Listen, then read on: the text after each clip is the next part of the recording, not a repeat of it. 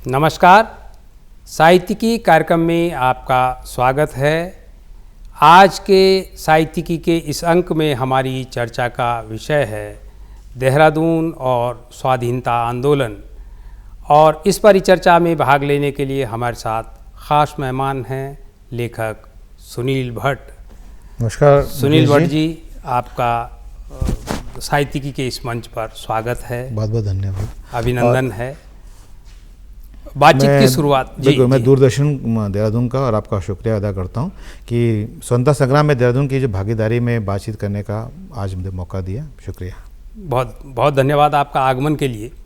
सुनील भट्ट जी, हम phase wise, क्योंकि जो विषय है इसकी विराटता को देखते हुए धीरे धीरे चीज़ों को खोलेंगे जी। लेकिन शुरुआत आपसे इस सवाल के साथ कि जो हमारा देहरादून शहर है, जिसको हम द्रोण नगरी कहते हैं, इसका इतिहास क्या है? बहुत संक्षेप में आप शुरुआत करेंगे तो फिर हम आगे बढ़ते हैं। आपने द्रोण नगरी का नाम लिया है तो मैं पहले इसी से शुरुआत करता हूँ।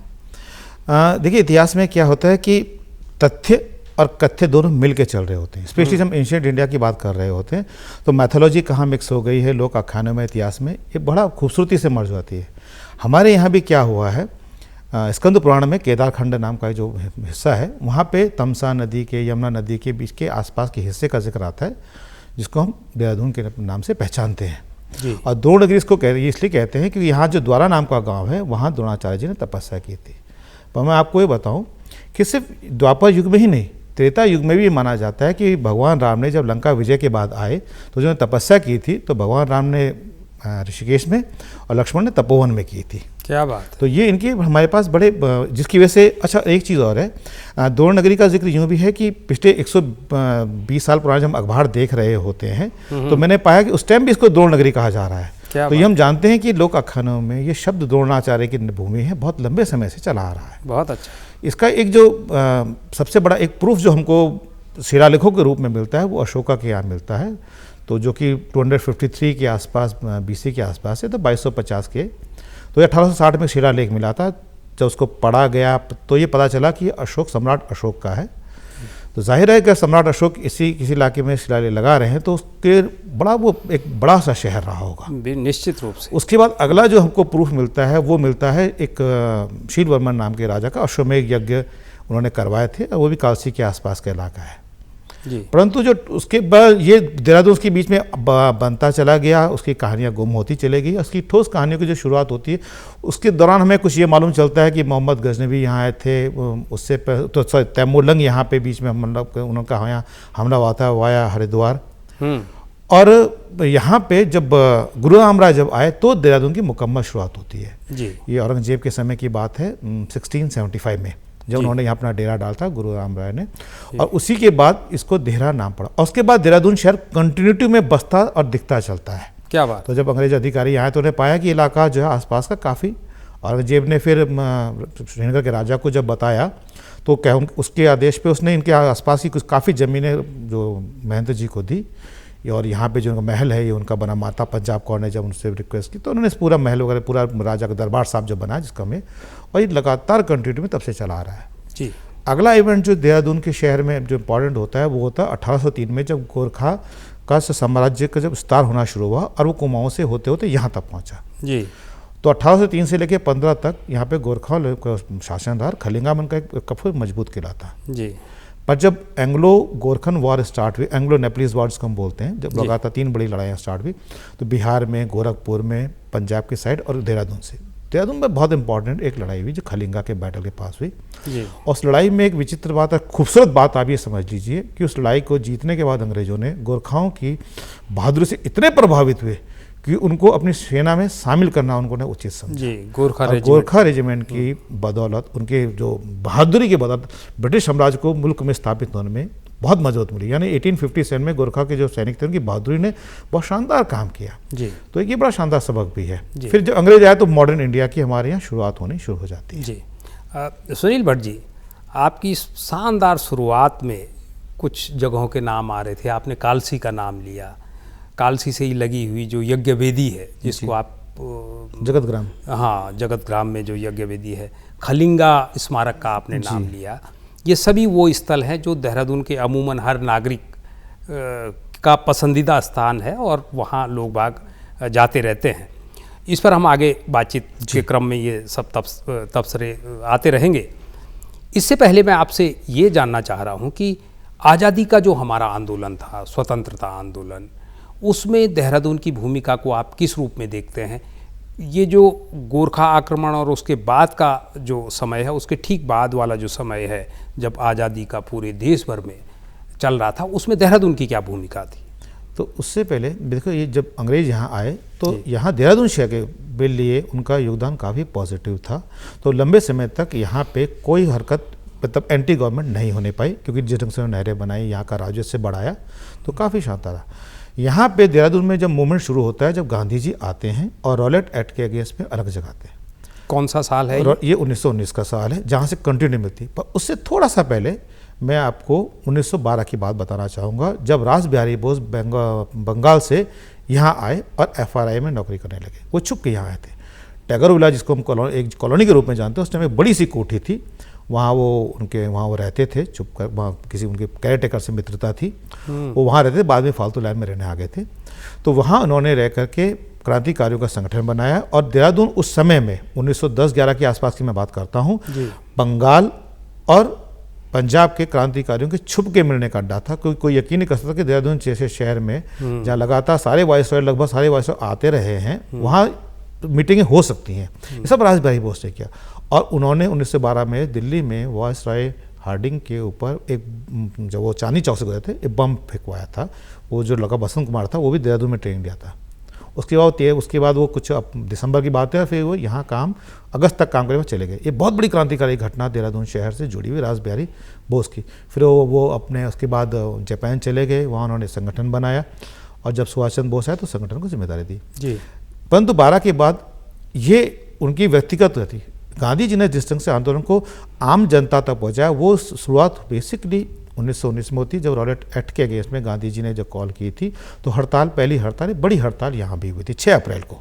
6 अप्रैल, ये मैं आपको बता दूं, ये वही जलियांवाला बाग से एक हफ्ते पहले की बात है। एक हफ्ते बाद जलियांवाला बड़ा विभत्स भयानक हत्याकांड हुआ था जी। उस दौर की बात है। देहरादून की हड़ताल बहुत शानदार हड़ताल हुई थी उस टाइम पे जी। और फिर यहाँ पे कांग्रेस पार्टी की स्थापना हुई, जिसमें मदन मोहन मालवीय ने बहुत इंपॉर्टेंट रोल प्ले किया। बल्कि खुद आके उन्होंने बोला कि तुम क्यों नहीं करते हो। और उस समय यहाँ पे देहरादून में जब कांग्रेस पार्टी की स्थापना हुई, उसमें कौन लोग थे? उसमें हिंदू महासभा के लोग थे, उसमें खिलाफत के लोग थे, उसमें आर्य समाज के लोग थे। ये तीनों अपने सामाजिक संगठन थे जो अपने समाज की उन्नति के लिए काम करते थे।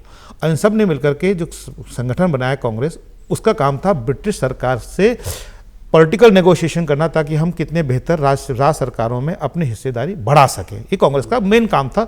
और इसलिए सब मिल करके कांग्रेस में उस टाइम पे काम कर रहे थे। और यही मूवमेंट बाद में 1921 में जब आता है, तो हर्रावाला में बहुत बड़ी सभा होती है, जिसमें नरदेव शास्त्री जो है आंध्रा के जो एक थे आर्य समाजी, वो गिरफ्तार होते हैं।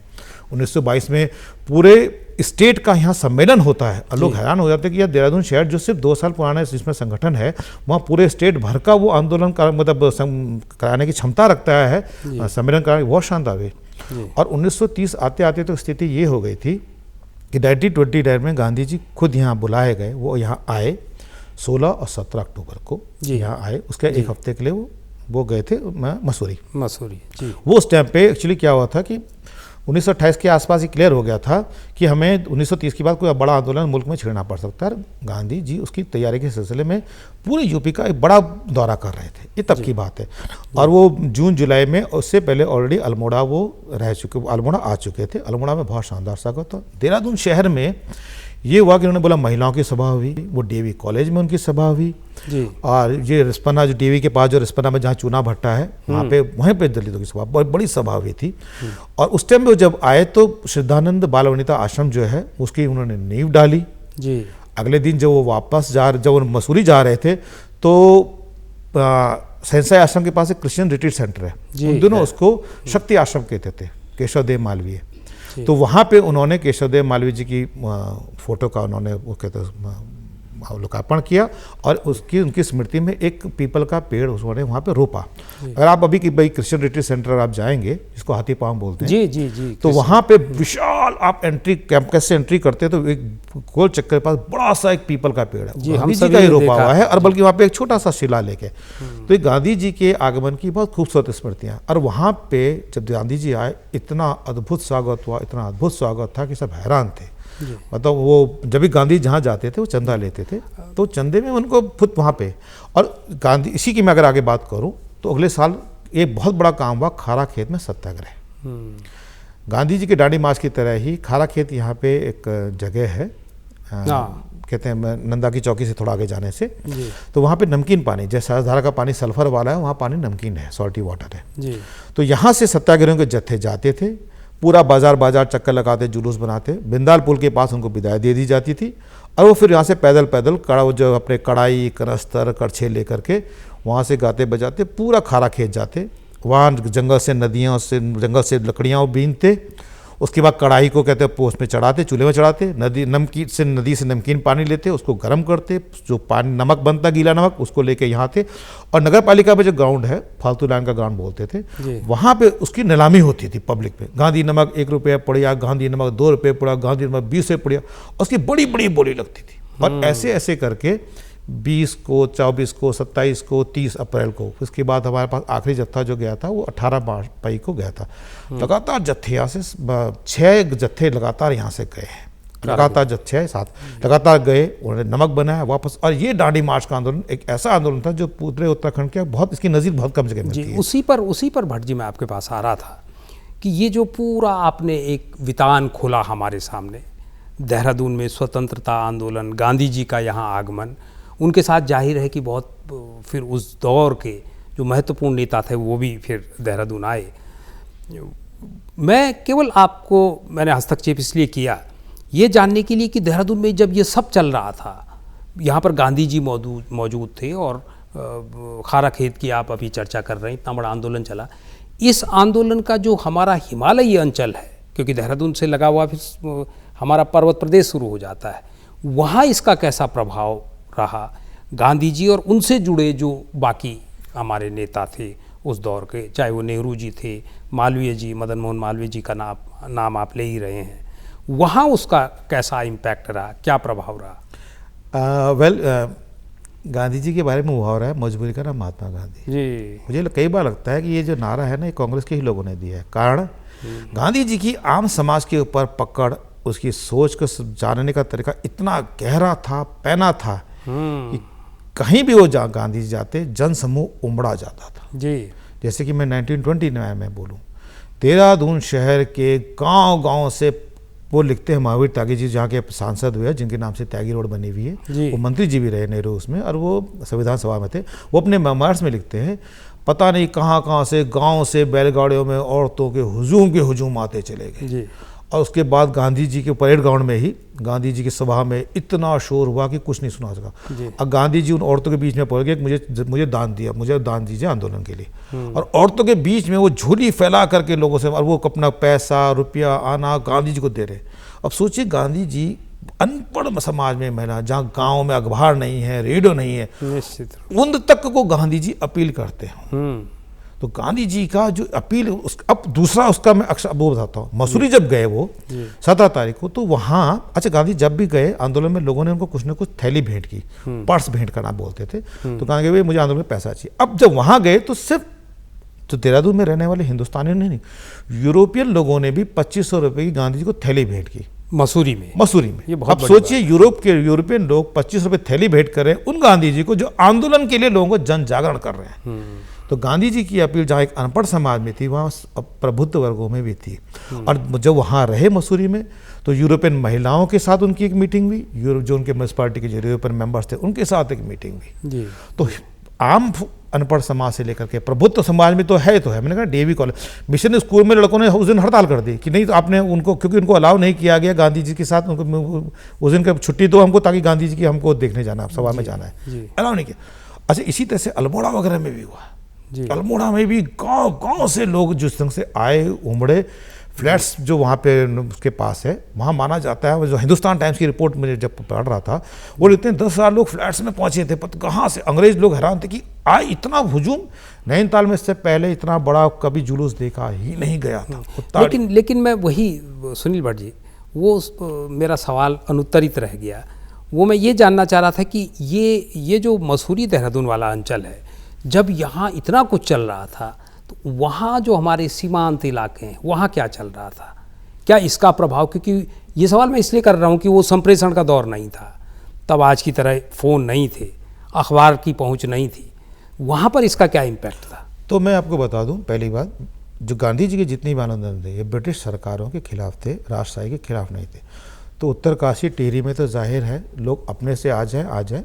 ये पूरे आंदोलन की जो धमक थी, पौड़ी और चमोली इसको हम कहते हैं, वहाँ थी उस टाइम। पौड़ी चमोली को हम सिर्फ गढ़वाल का हिस्सा, डिस्ट्रिक्ट गढ़वाल बोलते थे, गढ़वाल जिला था। डेफिनेटली पिथौरागढ़ हो से लेकर के पौड़ी से लेकर के इनकी धमक खूब थी। श्रीनगर से लोगों का आना जाना, कोटद्वार तो नजीबाबाद के नज़दीक रेल लाइन से था, बहुत शानदार थी, इसमें कोई हकीकत नहीं। अच्छा, आर्य समाज ने भी इस इलाके में अच्छा काम किया था, उसने भी गांधीवादी विचारों को और इन विचारों को, आज़ादी के आंदोलन को बढ़ाने में, मजबूत करने में बहुत बड़ा इन इलाकों में रोल प्ले किया था।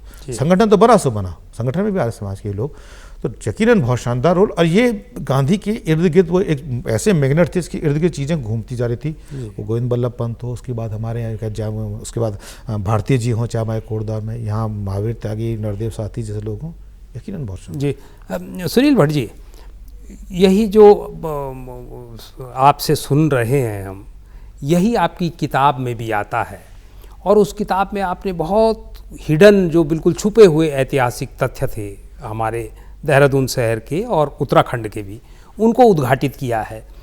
मैं बतौर लेखक आपको किन चुनौतियों का सामना करना पड़ा जब इस तरह की किताबें आप लिखते हैं, जिनमें एक पूरा इतिहास का वितान आपको संग्रहित करना होता है? तो क्या चुनौतियाँ रहती हैं? ऑथेंटिसिटी की यूँ, क्योंकि बहुत बार वो मैंने कहा ना, कथ्य और तथ्य घुल मिल जाते हैं। एक आपने कुछ लिखा, मैंने उसको कोट किया, आपने तीसरे ने कोट कर दिया, बिना ये चेक किए कि आपने जो लिखा था उसमें तथ्यता कितनी थी, क्या थी। अच्छा, उसका कारण ये है कि हमारे यहाँ जो देहरादून के इतिहास के संबंधित जो किताब मिली, वो 1957 में नरदेव शास्त्री जी की लिखी, उसके 1960 में सूचना विभाग उत्तर प्रदेश की थी, 1980 में भक्त दर्शन जी की थी। उस टाइम पे फोटोकॉपी की मशीन तक भी नहीं थी जी। जाहिर है आप उसको जिसको भी कॉपी करना, हाथ से कॉपी करना, इसलिए क्रॉस चेक करने की भी सुविधा उनके पास नहीं थी, जो हमारे पास है। आप हम फोटो ले जाना होता है, फोटो कॉपी। तो उसकी वजह से मैं एक चीज़ नोट की, जैसे कि मैं आपको 2-3 एग्जाम्पल देता हूँ जी। सुभाष चंद्र बोस यहाँ मार्च 1940 में आते हैं। अच्छा, मुझे पढ़ने को जहाँ मिला मार्च 1939 लिखा हुआ है। यहाँ पे महात्मा गांधी पहली बार कब आए?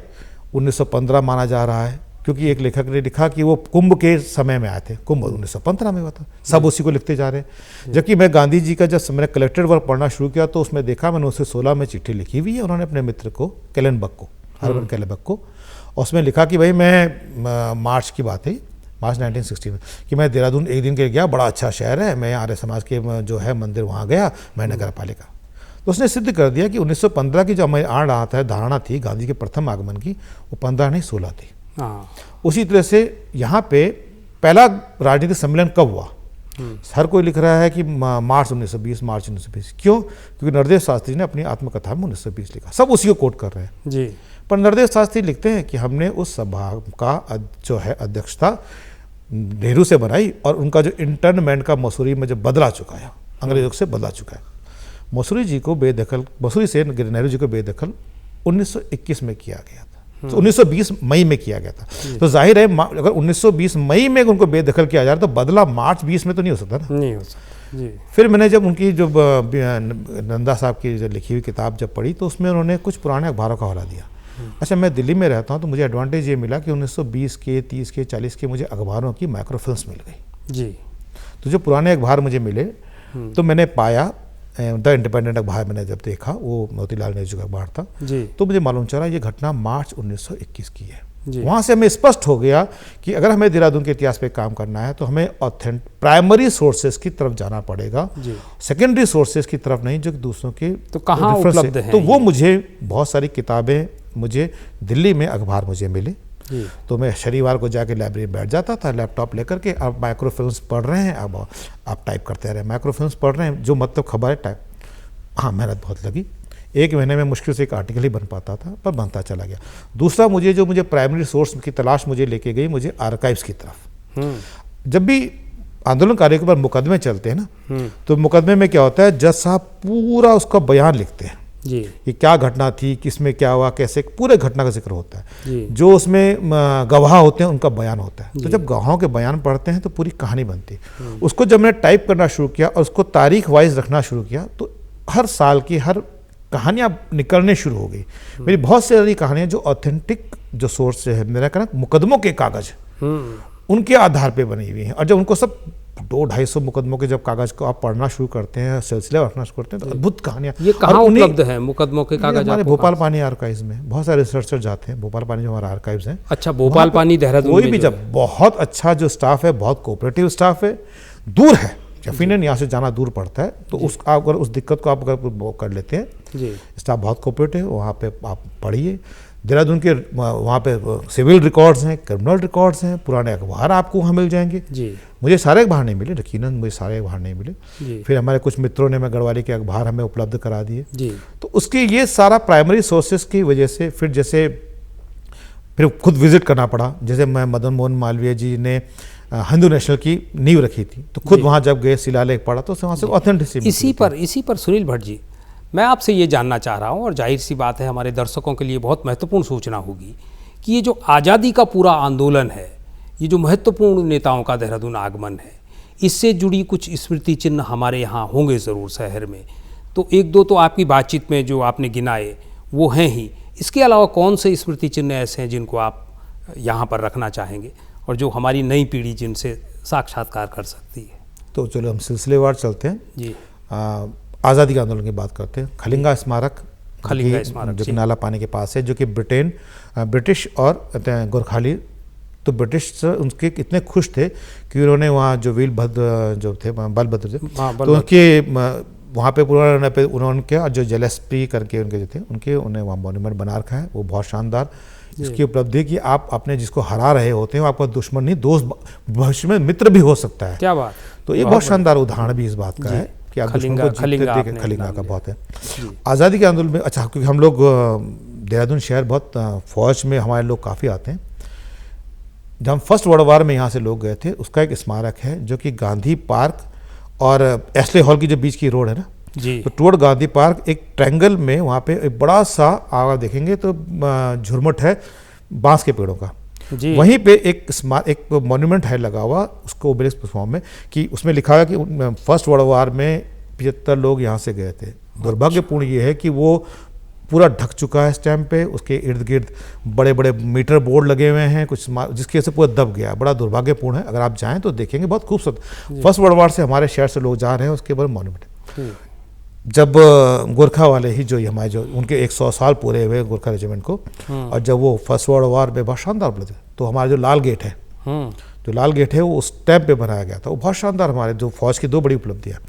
आज़ादी के आंदोलन की मैं बोलूँ तो जैसे कि हमारा श्रद्धानंद आश्रम, अगर आप मैं बताता हूँ, अगर मैं मान लो हम स्टूडेंट जो हिस्ट्री पढ़ते तो हमने सदानंद आश्रम की बात, सदानंद आश्रम उनके गांधी जी का वहाँ फाउंडेशन है। आप वहाँ जा कर के उनके पास आप जाएंगे तो उनको आप बताएंगे कि वो चांदी की कन्नी जिससे गांधी जी ने वो डोला था वो संभाल के रखी हुई है जी।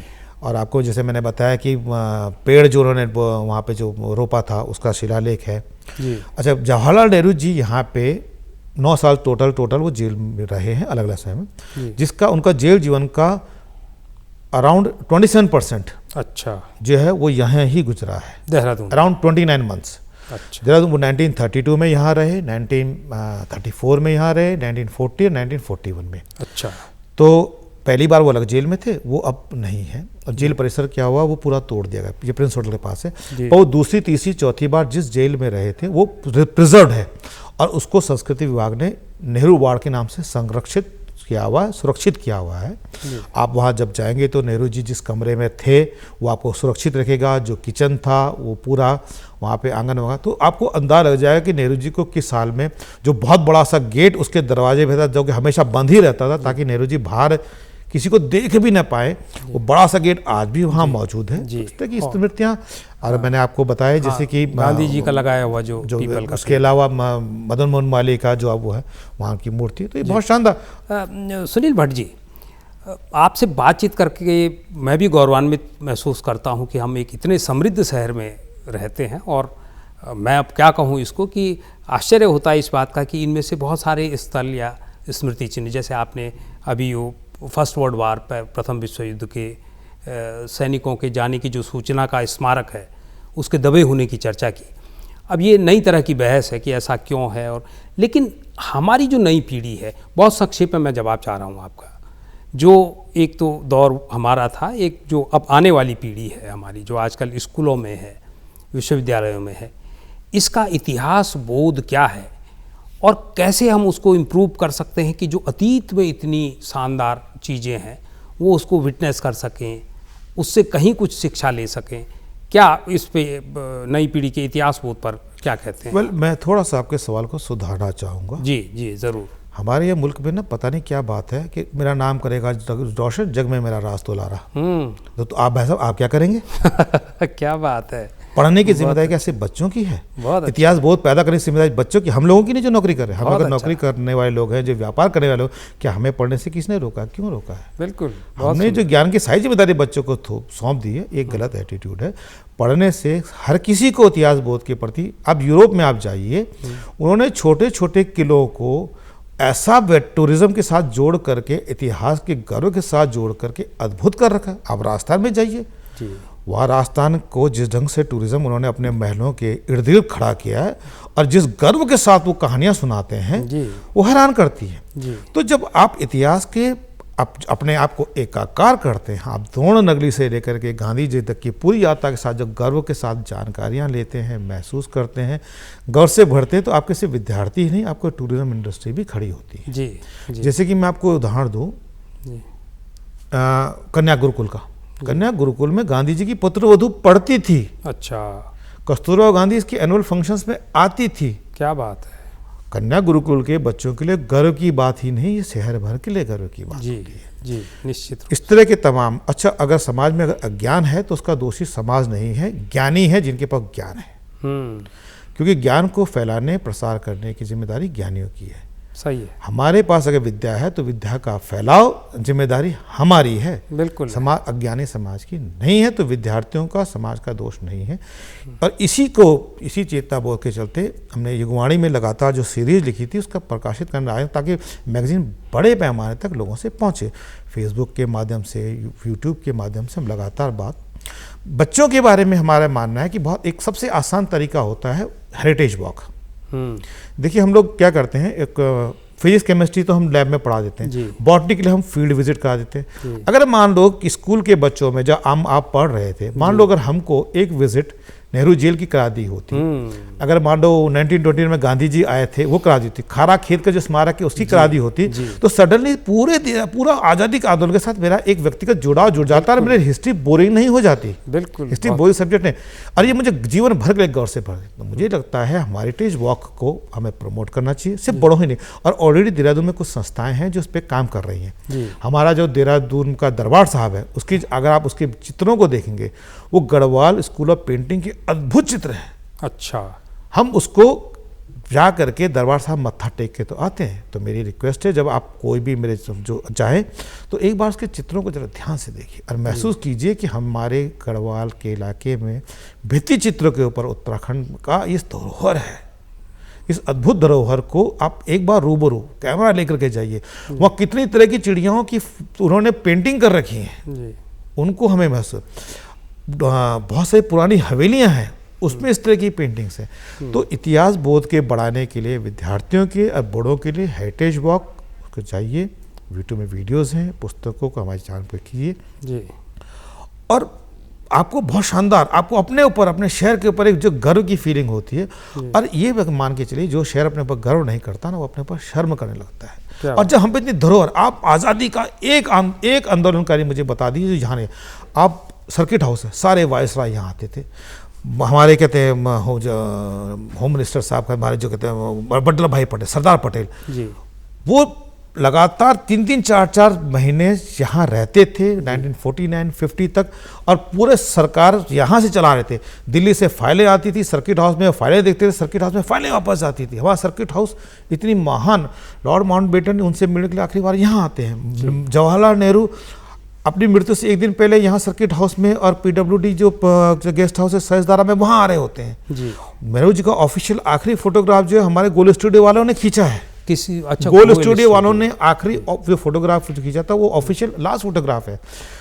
अब ये देहरादून शहर के लिए हमारे राजनीतिक जो भी प्रतिबद्धता हो सो हो, एक शहर के तौर पे एक गौरव के चिन्ह है हमारे लिए।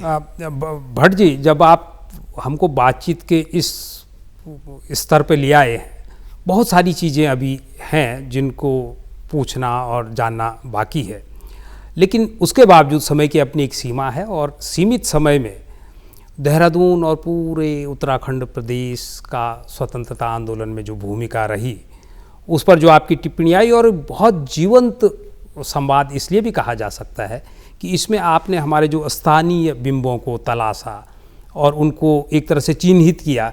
मुझे उम्मीद है कि हमारे यहाँ पर बहुत सारे शिक्षा संस्थान हैं, देहरादून को तो एजुकेशन हब कहा जाता है, स्कूलों के, कॉलेजेस के जो संचालक हैं वो ज़रूर अपने बच्चों को इन स्थलों तक ले जाएंगे, और वो आज़ादी का वो जो महा आंदोलन था, उस आंदोलन के उन स्मृतियों को वो समझ पाएंगे, उनसे साक्षात्कार कर पाएंगे। बहरहाल भट्ट जी, इस शानदार परिचर्चा में भाग लेने के लिए आप हमारे साहित्यिकी के मंच पर आए, इसके लिए हम आपका धन्यवाद करते हैं, बहुत आभार। ये थी हमारी आज की साहित्यिकी। अगली बार किसी नए अंक में कुछ नए मेहमानों को के साथ आपके बीच आएंगे। तब तक के लिए इजाज़त दीजिए। नमस्कार।